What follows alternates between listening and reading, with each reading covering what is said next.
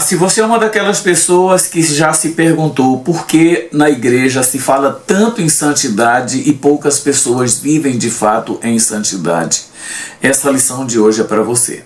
Hoje vamos falar sobre a lição de número 9 da revista da editora Betel, que é exatamente o discípulo de Cristo e o processo de santificação. O texto bíblico dessa lição está na primeira epístola de Paulo aos Tessalonicenses, no capítulo 4. Mas eu quero sugerir que você leia também outras passagens que dizem respeito à santidade na vida cristã e principalmente que você leia pelo menos o Sermão da Montanha nos capítulos 5, 6 e 7 do Evangelho de Mateus. Muitas pessoas se perguntam qual é a vontade de Deus para a minha vida? E Paulo responde esta pergunta com muita clareza, com muita nitidez, exatamente na primeira epístola que ele escreve aos Tessalonicenses. Aliás, uma curiosidade, a primeira epístola aos Tessalonicenses é considerado o primeiro livro do Novo Testamento a ser escrito, por volta do ano 50, 52, antes, portanto, dos evangelhos. Inclusive, nessa epístola, Paulo fala claramente que essa é a vontade de Deus, a vossa santificação. Portanto, ser santo não é uma condição que você pode ou não buscar. É uma condição que Deus exige de cada um de nós que se propõe a servi-lo, que se propõe a ser um cristão de verdade, um cristão autêntico. E eu diria que antes de ministério, antes de qualquer outra realização nas nossas vidas enquanto cristãos, antes de tudo, Deus fala para a gente de questão de caráter. E isso é muito relevante porque poucas pessoas discutem de fato essa questão a fundo.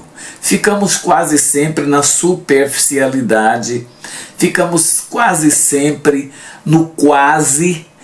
Falamos a respeito de algumas coisas, mas não aprofundamos a discussão, não aprofundamos o debate.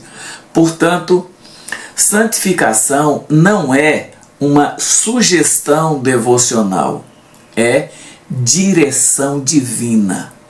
É o lugar onde cada cristão precisa almejar estar.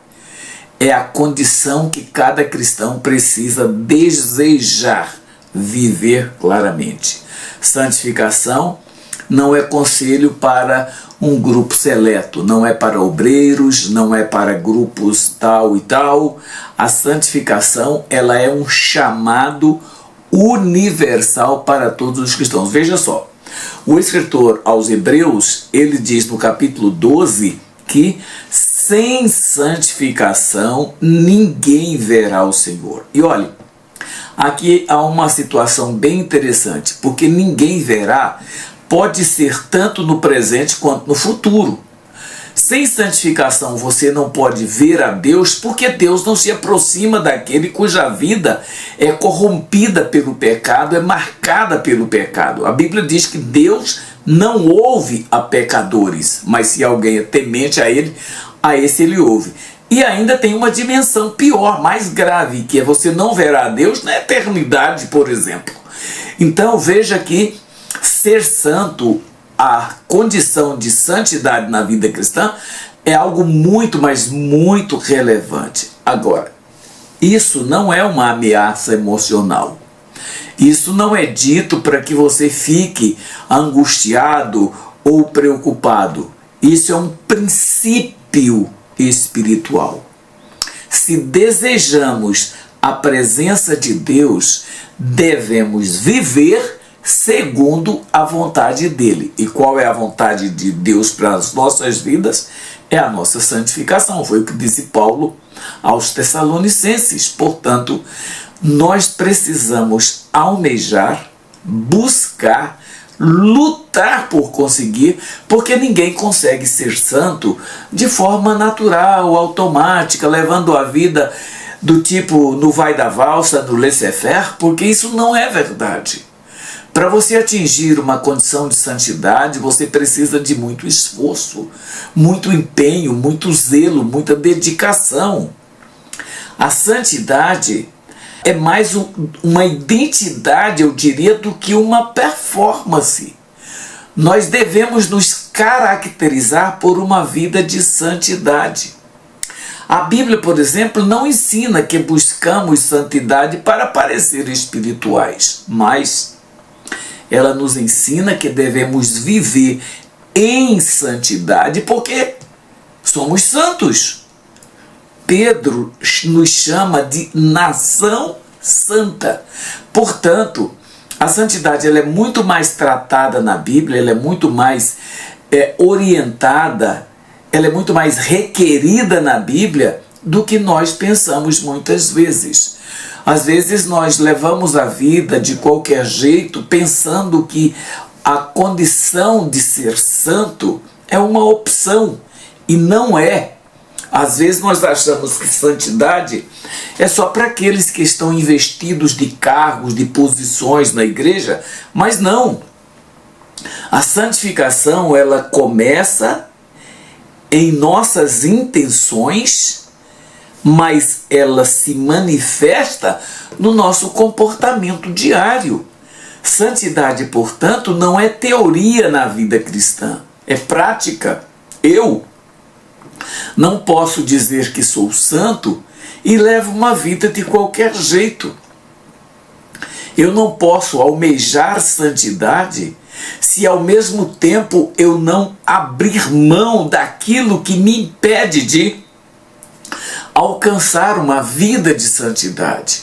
Se eu sou um crente, como chamamos, carnal, mundano, se eu sou um crente que não tenho comprometimento com a minha vida, com a minha conduta cristã, eu nunca vou atingir esse estado de santidade. Agora, você pode levar uma vida aparentemente normal, mas quais serão as consequências desse tipo de conduta quando você chegar na eternidade? Como será a resposta que Deus vai te dar quando você buscá-lo em um momento de angústia? Como você vai reagir diante de um silêncio de Deus porque a sua vida não é santa? Amados, a igreja vive numa sociedade corrompida, uma sociedade moralmente muito abalada, e nós estamos nos acostumando com isso. É algo muito perigoso quando nós nos acostumamos com aquilo que a sociedade, com aquilo que os costumes, que a cultura nos impõe, e a gente leva isso como se nada fosse de importante na presença de Deus. O problema atual da nossa sociedade é que a nossa cultura relativizou tudo. Veja, a moral, por exemplo. O que era certo ou errado passou a depender da opinião de cada um. O que eu acho é mais importante do que é na verdade. Essa relativização, essa forma de ver as coisas do jeito que eu quero ver, tem comprometido a vida espiritual de muita gente. As pessoas acham que não tem problema, isso não faz mal nenhum, qual a diferença de fazer isso ou não fazer? Esse tipo de relativismo está afastando a igreja de Deus da santidade que ele exige. Moralmente nós estamos comprometidos porque nós estamos querendo que o que é moral, o que é correto do ponto de vista moral, depende da minha opinião, depende do que eu acho. E Deus, ele não aceita esse tipo de coisa. Veja, a questão da sexualidade, por exemplo. A identidade e os limites bíblicos sobre a questão da sexualidade foram substituídos pelo desejo individual de cada um. E tem um ditado aí que meu corpo eu mando. Eu faço do meu corpo o que eu quero. Irmãos, nunca nós estivemos tão vulneráveis como nós estamos vivendo hoje em dia por conta dessa nossa condição de aceitar tudo que a sociedade nos impõe. Eu publiquei esses dias um artigo sobre a questão da falta da crítica naquilo que nós observamos. Nós aceitamos tudo sem o menor senso crítico de verdade. Nós precisamos refletir sobre isso. Nós precisamos, irmãos, pensar que aquilo que a sociedade nos impõe, aquilo que a cultura, a chamada cultura nos impõe, é sempre uma tentativa que o inimigo usa para nos afastar da presença de Deus. Mas nós achamos que isso é normal. Nós achamos que isso é tudo muito bem. Amados, veja, eu vou colocar um ponto aqui que ele é exagerado, que ele é um extremo, talvez. Mas veja, quando a igreja não aceitava que nós, os evangélicos, tivéssemos aparelho de TV dentro de casa, existe coisa mais absurda do que essa? Imagine você hoje, a igreja, o seu pastor chegar para você e falar assim: meu irmão, você não pode ter televisão em casa.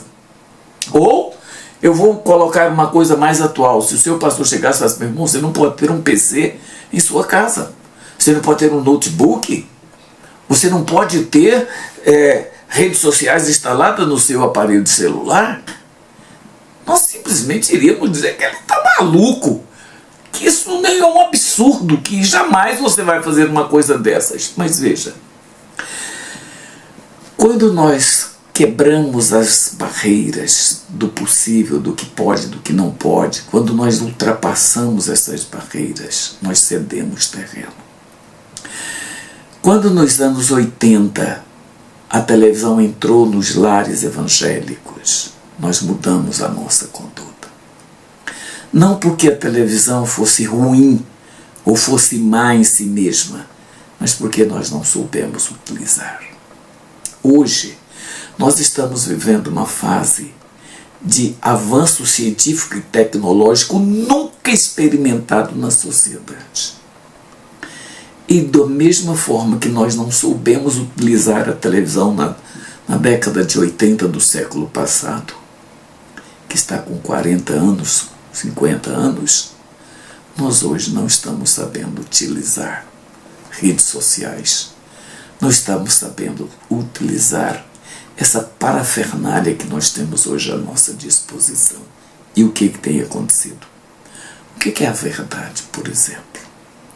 A verdade deixou de ser absoluta e virou construção subjetiva. Tudo isso nós estamos sendo conduzidos num processo que está nos afastando de Deus de uma forma tão absurda, tão grande, e nós não estamos percebendo. Veja só, a questão dos valores, por exemplo. Princípios antes estáveis foram trocados por conveniência momentânea. Tudo isso que nós estamos fazendo tem nos prejudicado do ponto de vista espiritual. Amados, a realidade é que nós estamos nos comprometendo com tanta coisa que não sobra espaço para que nós nos dediquemos a uma vida de santidade na presença de Deus.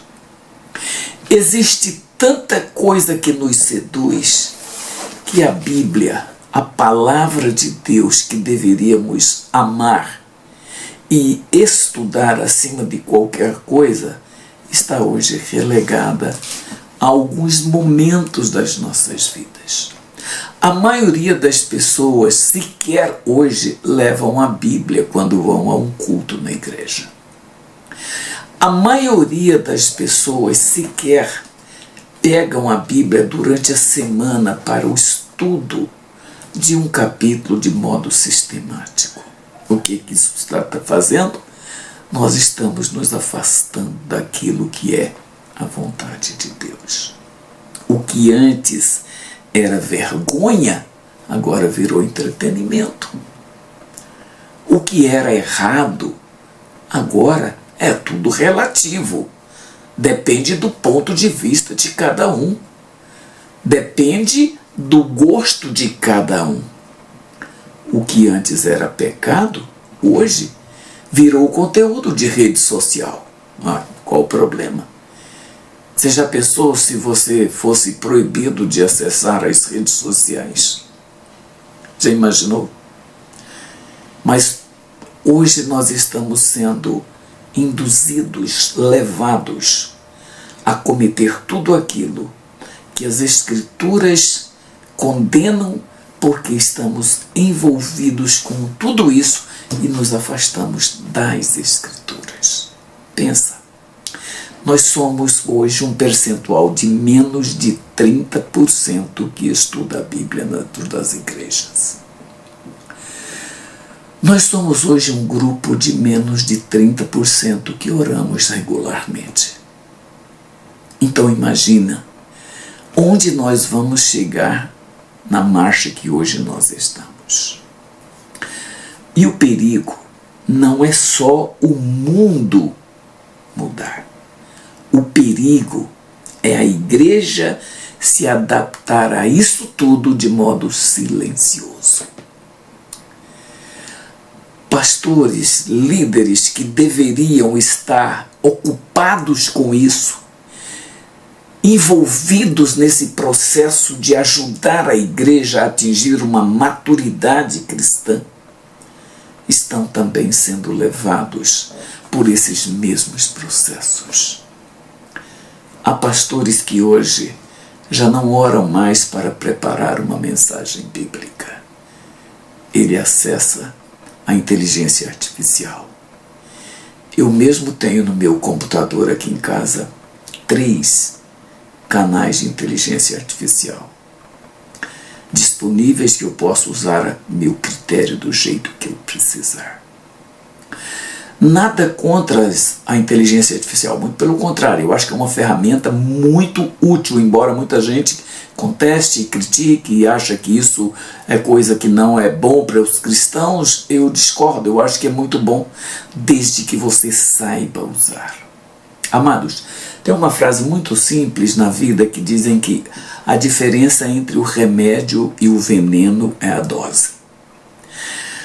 A diferença entre você usar corretamente tudo que você tem à disposição nessa parafernália de equipamentos eletrônicos, tudo isso, é você saber o que você pode, o que você não pode, como você deve, o que você não deve fazer.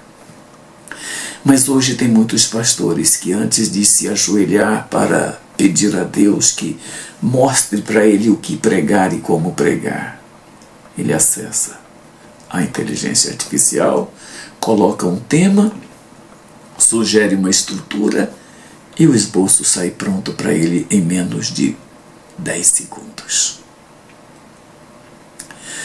Como nós vamos crescer e nos amadurecer espiritualmente fazendo esse tipo de coisa? É muito, mas muito complicado. A igreja não pode se comportar com isso. Santidade, amados, não é performance, desempenho religioso. Santidade é coerência entre quem somos em Cristo e como vivemos. Isso é, de fato, santidade. É isso que nós precisamos compreender. Eu sei, irmãos, que um discurso como esse que eu estou fazendo, ele é completamente, eu diria, anacrônico. É um discurso que não desperta quase nada. Mas é exatamente por conta disso que estamos caminhando a passos gigantescos para um abismo do qual não conseguiremos sair espiritualmente. E por quê? Porque estamos deixando valores de fato importantes para Deus que nos dá condições de manter uma vida cristã, uma vida de santidade, por qualquer coisa que tenha aparência somente. Então nós precisamos pensar nisso. Por quê? A santificação, ela envolve áreas muito sensíveis das nossas vidas. Áreas que nós, aliás, não estamos muito dispostos a tratar delas com seriedade. Ou não queremos expor-nos para fazer isso. O texto da nossa lição e o capítulo 4 da primeira epístola aos Tessalonicenses enfatiza pureza sexual, por exemplo. Isso não é coincidência, é necessidade. Por quê? Não há nada mais banalizado hoje, seja na TV, seja nas redes sociais, seja em qualquer lugar, inclusive na igreja. Não há nada mais banalizado do que o sexo. São piadinhas, são brincadeiras, são situações em que a gente fica exposto a isso, mas as Escrituras chamam a atenção sobre essa questão. E chamam a atenção de forma muito clara. A santificação, ela envolve corpo e mente. E ela envolve isso com muita profundidade. Uma das áreas que a Bíblia chama a atenção sobre nossas vidas sexual. Deus não salva só a alma do ser humano. Ele reivindica também o corpo. Paulo, escrevendo exatamente aos Tessalonicenses, ele diz: e todo o vosso espírito, alma e corpo sejam integralmente preservados. Nós não temos que chegar diante de Deus só com a nossa alma ou só com o nosso espírito. Nós precisamos ter o nosso corpo também colocado à disposição do Senhor. O discipulado cristão de verdade, ele exige pureza nos nossos pensamentos. Porque a gente sabe muito bem que nós fazemos aquilo que nós pensamos. Primeiro, as coisas vêm na nossa mente e depois a gente torna isso em atos e realizações. Por isso, nós precisamos ter cuidado com aquilo que nós pensamos. Paulo, escrevendo aos Filipenses, ele chama atenção. Tudo que é puro, tudo que é honesto, tudo que é bom, tudo que é proveitoso, se há algum louvor, nisso você pensa. Mas é uma coisa que nós não nos preocupamos, a gente pensa em tudo. Joga nossos pensamentos para o mundo e eles vão para onde eles querem. Eu costumo dizer, irmãos, que nós, os crentes, podemos deixar nossas mentes livres, desde que nós não percamos o contato com a base sólida, com a rocha que nos sustenta, que é a palavra de Deus. Se seus pensamentos vão livres, mas o tempo todo estão cativos à palavra de Deus, você pode ficar tranquilo que você não vai se afastar dele de modo nenhum.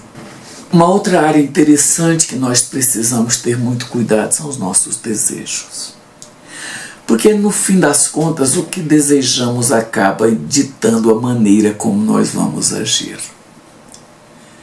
Os nossos desejos nos impulsionam a fazer aquilo que muitas vezes nós não queríamos fazer. Portanto, precisamos ter muito cuidado. Além disso, a integridade na prática. Sabe, irmão, ser íntegro significa muito mais do que você dizer eu sou. É você de fato ser íntegro. Integridade é uma característica que nos destaca na sociedade, porque não é uma coisa muito simples, não é área que está muito em voga e todo mundo sendo íntegro. Nós precisamos ter cuidado e zelo com isso. E saiba de uma coisa, que a batalha pela santificação, ela começa na mente. É lá que ela nasce, é lá que ela se desenvolve e que nós podemos e devemos demonstrar com a prática no dia a dia. Quando Paulo trata, por exemplo, da questão da sexualidade, ele é muito direto. Ele diz assim, nós devemos fugir da imoralidade. Infelizmente, nós vivemos numa geração saturada por imagens, conteúdos, mensagens que excitam continuamente os sentidos. Se não tivermos cuidado, nós estaremos o tempo todo atraídos por isso. Veja só, a pornografia hoje é acessível com a menor facilidade. A erotização hoje ocorre em todas as áreas, em todo lugar, em qualquer situação. E a banalização do corpo. Nunca as pessoas utilizaram seus corpos com tanta banalidade como hoje elas estão fazendo. E aqui, nessas áreas, a santidade exige disciplina, limites e muita, mas muita vigilância. Sem isso, não atingiremos nunca esse estado de santidade. Olha só uma coisa, não vence tentação com discurso. Por mais que seja bonito, floreado e etc., nós só vencemos tentação com decisões, com ações concretas. Precisa tocar na ferida e tocar profundamente, caso contrário, não conseguiremos sair disso. E o que dizer da nossa santificação no nosso dia a dia? Amados, santidade não é só evitar pecados, evitar escândalos, muitas vezes. Às vezes, fugimos de certos tipos de situações porque aquilo é escandaloso, porque aquilo vai trazer isso ou trazer aquilo. Mas como nós reagimos? Como nós agimos? Por exemplo, sendo honesto nas pequenas coisas. O que isso tem a ver com santidade? Tudo. Ou como que está a nossa atitude diante daquilo que nós prometemos? Cumprir a palavra que nós devemos fazer. São coisas que muitas vezes nós não nos preocupamos. E a nossa linguagem? Hoje, palavrões, certas obscenidades, hoje, ficou normal. Eu já vi de púlpito as pessoas falando isso. Incrível, outro dia eu estava lendo um assunto sobre essa questão e tem um pastor que, não sei o nome, também se soubesse não diria, que fala muitos palavrões na televisão. E o que é pior foi o que ele disse a respeito desse assunto. Ele disse que Deus revelou para ele que ele deveria falar palavrões. Amados, chegamos no fundo do poço e nós estamos enterrados de cabeça para baixo. Não dá nem para tentar sair diante de uma situação como essa. A nossa linguagem precisa ser uma linguagem minimamente saudável. É o que nós precisamos. E o que dizer da nossa vida familiar? Como está a nossa vida familiar? É íntegra? É de qualquer jeito? Como nós estamos? Note uma coisa. O discípulo é santo no culto, no trabalho, no lar e em qualquer situação. Ele está no púlpito, ou ele estando na internet, ele estando na igreja, ou ele estando no ambiente privado, ele precisa ter cuidado com isso. Portanto, coisas que aparentemente não influenciam a nossa santificação é o que mais está nos impedindo de atingi-la. Agora pensa numa coisa, a santificação é um processo. Ela não é algo que ocorre instantaneamente. Não é uma experiência isolada. Eu atingi a santidade, agora eu sou uma pessoa santa. Isso não acontece. Santidade é uma prática de todos os dias, constantemente, 24 horas por dia. Não devemos nunca imaginar que eu cheguei a um estado de santidade e agora eu atingi o estado da arte na santidade. Isso não existe. Veja, muitos confundem santificação com momentos de intensidade, de euforia no culto. Isso não é santificação. Você pode estar ali no culto, falar línguas estranhas, ou você fazer tudo o que for da melhor forma possível para manifestar alguma coisa de comunhão com Deus, mas isso não tem a ver com santidade. Isso é uma performance. Isso não significa que você esteja santo. O que vai dizer se você é santo é se depois do culto você continuar agindo com uma vida equilibrada e manter uma relação com Deus perfeita.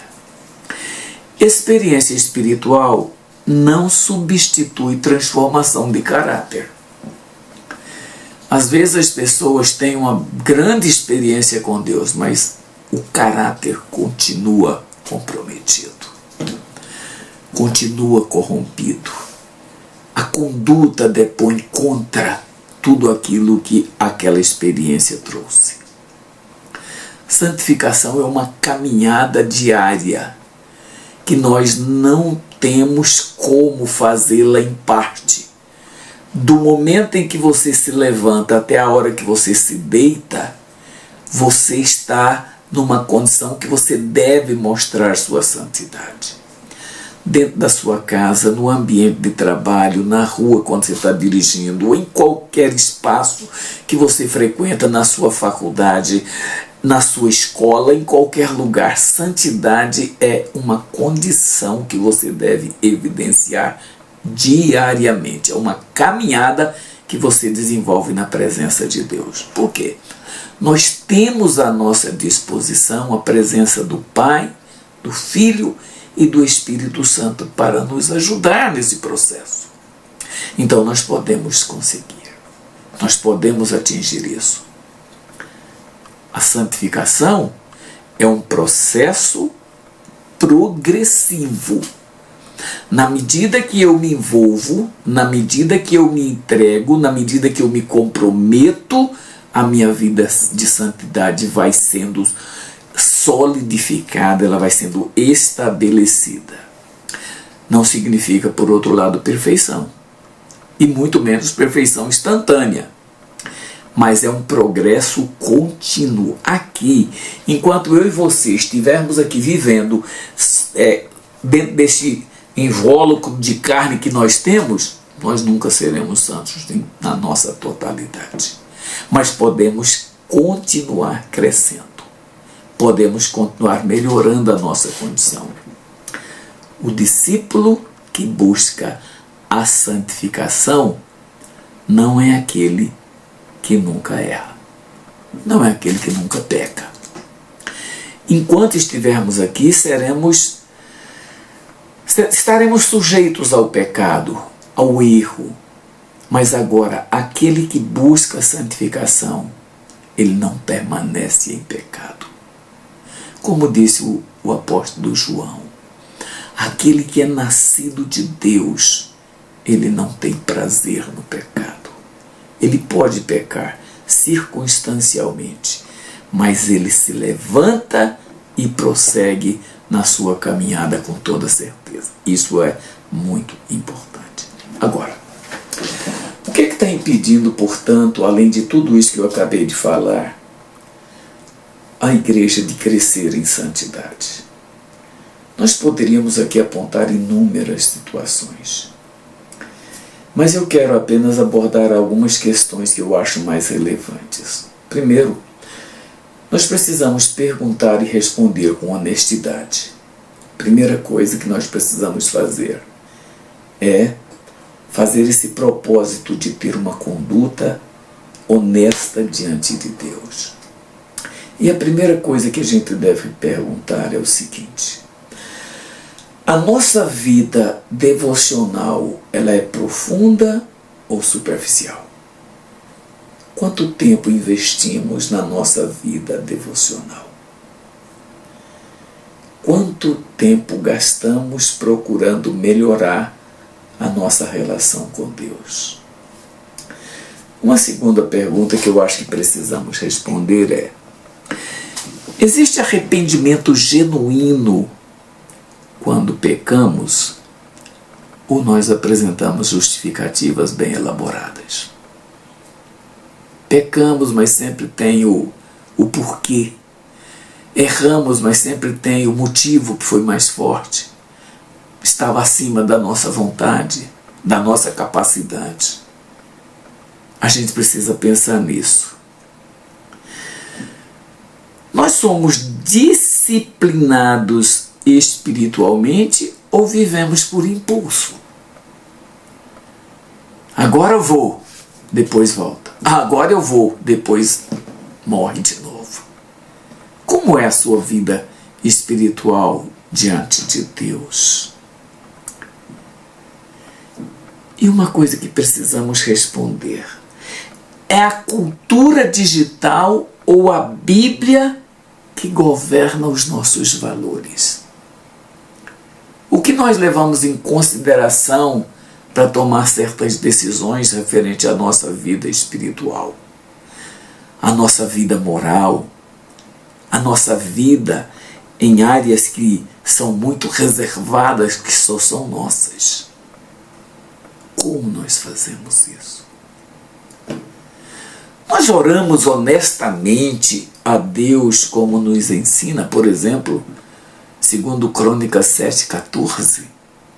Veja: humilhar, orar, buscar a face e deixar os seus maus caminhos. 4 coisas: humilhar, orar, buscar a face, deixar os maus caminhos. Será que nós estamos fazendo isso de verdade?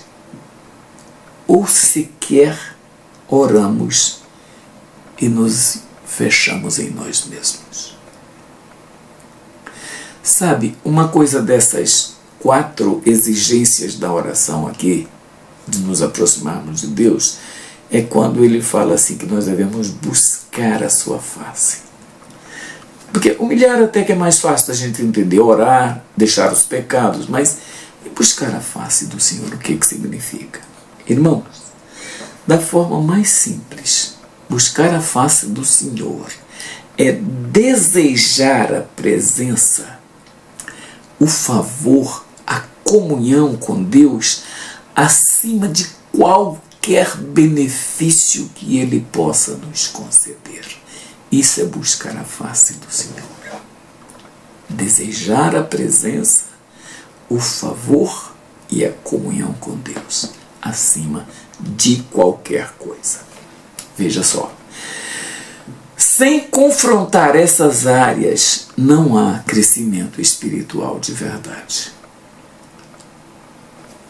Santidade não cresce em solo de auto-engano, mas no solo da sinceridade e honestidade cristã. É isso que nós precisamos, sabe, irmãos? As nossas igrejas precisam parar um pouco com o entretenimento, parar um pouco com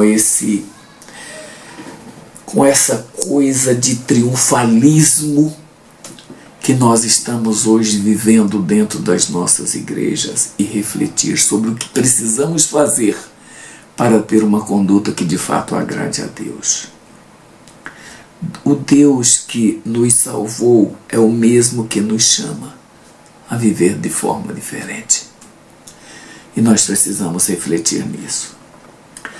Atingir a santificação completa, ou pelo menos a santificação ideal, não é um peso, irmãos, é um privilégio que nós precisamos. Além do mais, santificação não é legalismo, é relacionamento transformador. Precisamos levar a sério o ensino bíblico de que sem santidade ninguém verá o Senhor. Isso é muito grave.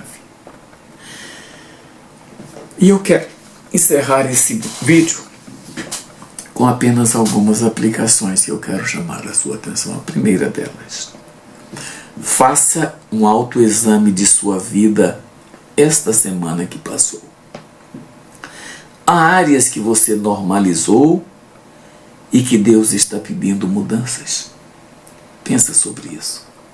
O que você fez, o que você deixou de fazer, que Deus quer mudança, mas você não tomou nenhuma atitude. Segunda, reorganize sua vida devocional. Sem estudo da palavra, oração e consagração pessoal, não atingiremos a santificação consistente. Esses 3 elementos: oração, estudo da palavra e consagração, é necessário, são necessários. Terceiro, defina que ações você colocará em prática na sua vida. Não se atinge uma vida de santidade só com boa intenção. Exige decisões e ações concretas. Não se esqueça disso. Quarto, busque maturidade e não aparência. Deus não quer crentes performáticos. Deus quer crentes transformados. E finalmente, memorize e deixe 1 Tessalonicenses 4:7 orientar suas escolhas daqui para frente, em todas as áreas da sua vida. Todas as áreas. Não elimine, não exclua nenhuma. Porque Deus não nos chamou para a impureza, mas para a santificação. É isso que nós precisamos fazer. Que o Senhor te abençoe. Até o nosso próximo vídeo, se Deus permitir.